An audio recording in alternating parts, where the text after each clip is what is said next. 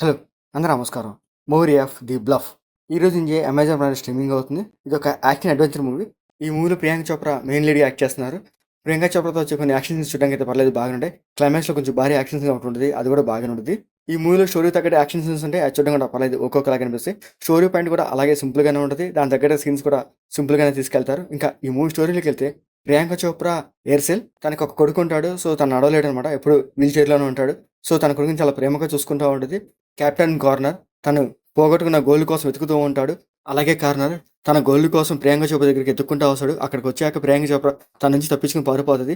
ఇంకా Aircel corner దగ్గర నుంచి ఎందుకు తప్పించుకుంటుంది? ఇంకా గోల్డ్ ఎయిర్‌సెల్ దగ్గర ఉందా? లేదా? అసలు ఏం జరిగిందనేది ఈ మూవీ స్టోరీ. ఆ పాయింట్ వేసుకొని ఈ మూవీలో కొన్ని యాక్షన్ సీన్స్ అయితే పెడతారు. అది చూడడం కూడా పర్లేదు బాగానే ఉంటది. ఇంకా ఈ మూవీ స్టోరీ పాయింట్ చాలా సింపుల్‌గా ఉంటది. ఆ సింపుల్ పాయింట్ సీన్స్ కూడా చాలా సింపుల్‌గానే తీసుకెళ్తారు.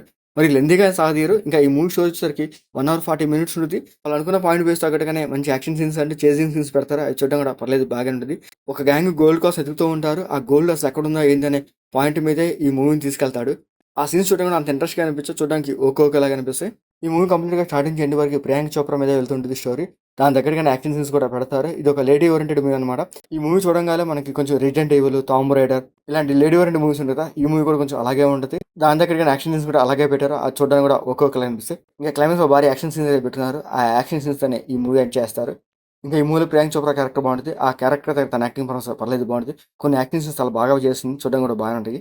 ఇంకా ఈ మూవీ టెక్నిక్ అసలు పర్లేదు బాగుంటది. కొన్ని యాక్షన్ సీన్స్ చాలా బాగా పిక్చర్ చేశారు. అది చూడడం కూడా బాగానే ఉంటాయి. ఇంకా ఈ మూవీలో బ్లడ్ సీన్స్ అంత గెలువగానే అడల్ట్ సీన్స్ 1, 2 ఉంటాయి. సో, ఫ్యామిలీతో చూడొద్దు. Watch alone. ఇంకా ఈ మూవీ వరకు అయితే పర్లేదు. ఏదో ఒకసారి చూడొచ్చు. అమెజాన్ ప్రైమ్ స్ట్రీమింగ్ అవుతుంది. మీకు నచ్చితే చూడండి. లేకపోతే లేదు. మీకు మా వీడియోస్ నచ్చితే లైక్ చేయండి, షేర్ చేయండి, సబ్స్క్రైబ్ చేసుకోండి. Thank you for watching.